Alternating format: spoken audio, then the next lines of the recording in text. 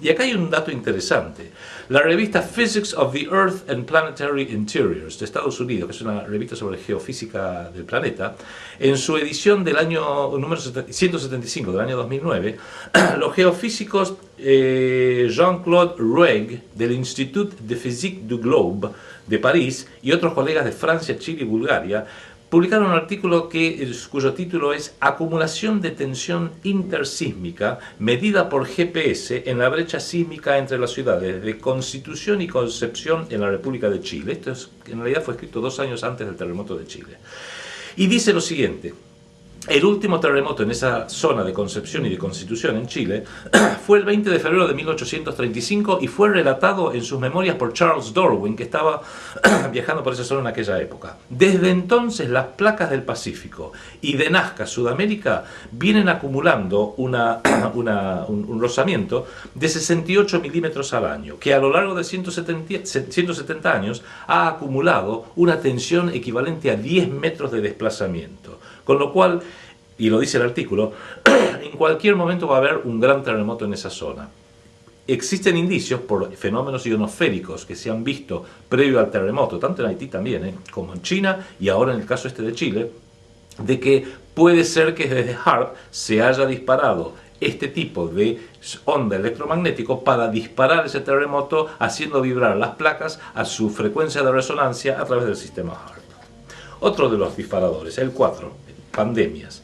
El futurista Alvin Toffler de Estados Unidos ha dicho que científicos tratan de generar en sus laboratorios patógenos que afectarían a determinados grupos étnicos y raciales de la raza Homo sapiens. Algunos dicen, incluso en este contexto, que pareciera que China podría ser un blanco directo de esto, que China estaría por agarrarse un gran resfrío.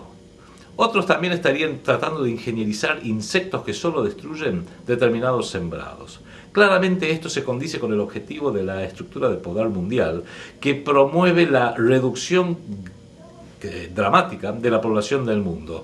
En el estado de Georgia, el mismo donde habló William Coe en el anterior comentario, en el estado de Georgia, en Estados Unidos, hay un monolito misterioso porque no se sabe quién es el que lo colocó ahí, pero que entre otras cosas dice que el mundo ideal tendría una población total de 500 millones de habitantes. Recordemos que hoy somos 6.800 millones de habitantes. Vayamos ahora al séptimo disparador, una guerra en Medio Oriente.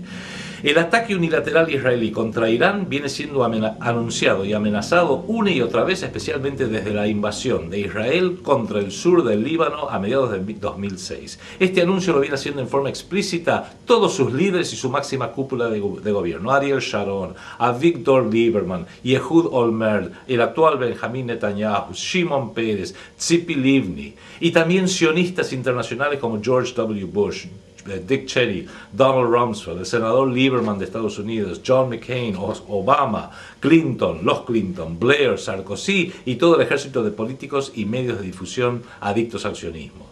Cuando ocurre este ataque no será sorpresa para nada, pero las consecuencias serán impredecibles. Irán cuenta con el apoyo de Rusia y de China. Irán no es Irak, no se va a quedar sola. La única pregunta que hay que hacer es: ¿Israel atacará unilateralmente y luego arrastrará a los Estados Unidos a esta guerra que podría ser una guerra mundial y seguramente va a utilizar armas nucleares? ¿O Estados Unidos atacará sola contra Irán, nuevamente matando en nombre de Israel como lo hizo en Irak? ¿O será un ataque conjunto de Estados Unidos e Israel? Sea como sea, esta vez Rusia y China no se van a quedar quietas. Octavo disparador: accidente nuclear o accidente ecológico. El 20 de abril pasado, la plataforma Deepwater Horizon, que costaba 350 millones de dólares y fue construida en el año 2001 por la Hyundai Heavy Industries de Corea del Sur, y de propiedad también de la Transocean Drilling, que es el mayor contratista petrolero de operaciones costas afuera, con sede en Suiza, y alquilada por la British Petroleum del Reino Unido, estaba haciendo exploraciones en el Golfo de México cuando explicó, por razones que todavía se desconocen, en el Golfo de México a 50 millas de la costa de Luisiana. 2 días después, justo el 40 aniversario del Día de la Tierra, la plataforma Deepwater Horizon se hunde y hoy está a 1.500 metros de profundidad y no hay forma de parar el desastre ecológico por los más de 6.000 a 7.000 barriles de petróleo. Estamos hablando de 1 millón de litros por día que está vertiendo a las aguas del Golfo de México.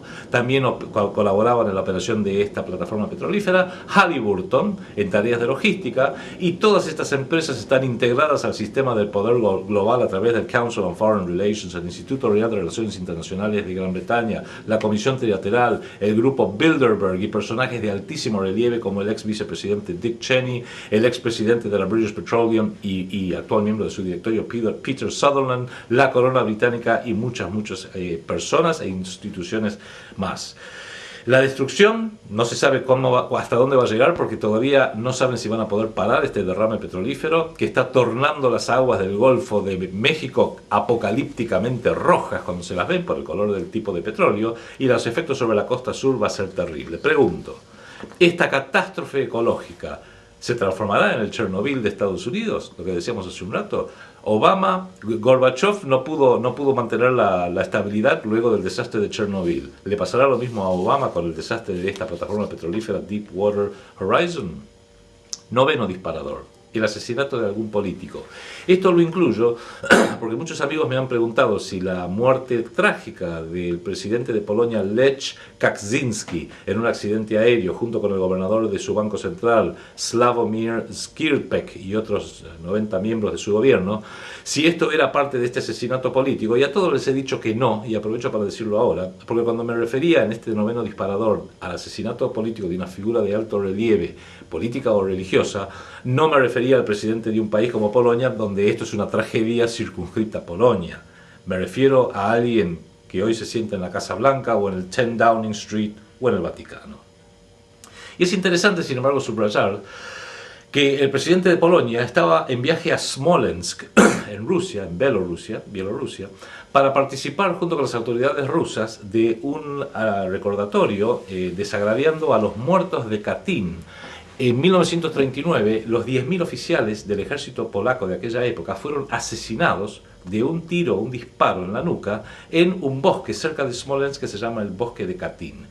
Durante 40 años el mito histórico dijo que esa matanza la perpetraron los alemanes, los nazis, pero en realidad Gorbachev terminó admitiendo en los años 90, no, fuimos nosotros los soviéticos.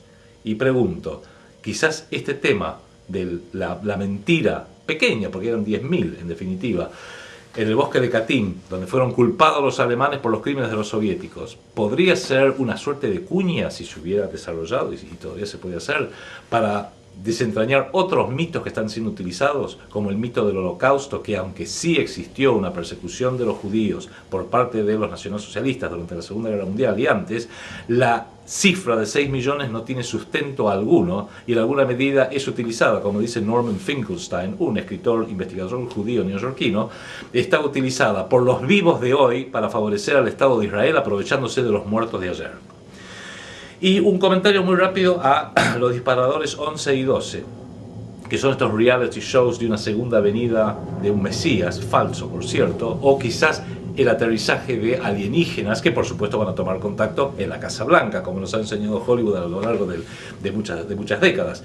Eso ayudaría al gobierno mundial a decir, ven, estamos en contacto con los alienígenas y la humanidad necesita de una representación unificada ante el cosmos, y qué mejor que un gobierno mundial para hacerlo. Pero fíjense este dato interesante. El día de las elecciones en Estados Unidos, cuando ganó Obama, el 4 de noviembre del 2008, la CNN, a través de uno de sus principales conductores de programas políticos, Wolf Blitzer, de la inteligencia israelí claramente, hizo el siguiente experimento insólito en la televisión, porque jamás se había hecho antes.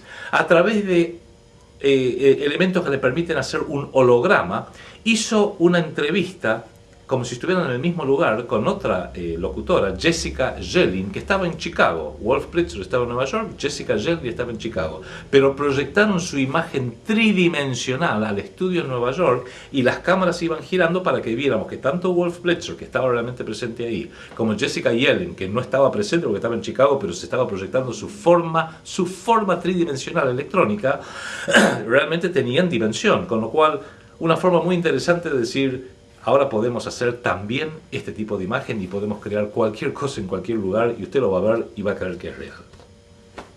Hasta ahí esta actualización, y hago un último comentario para mis compatriotas argentinos.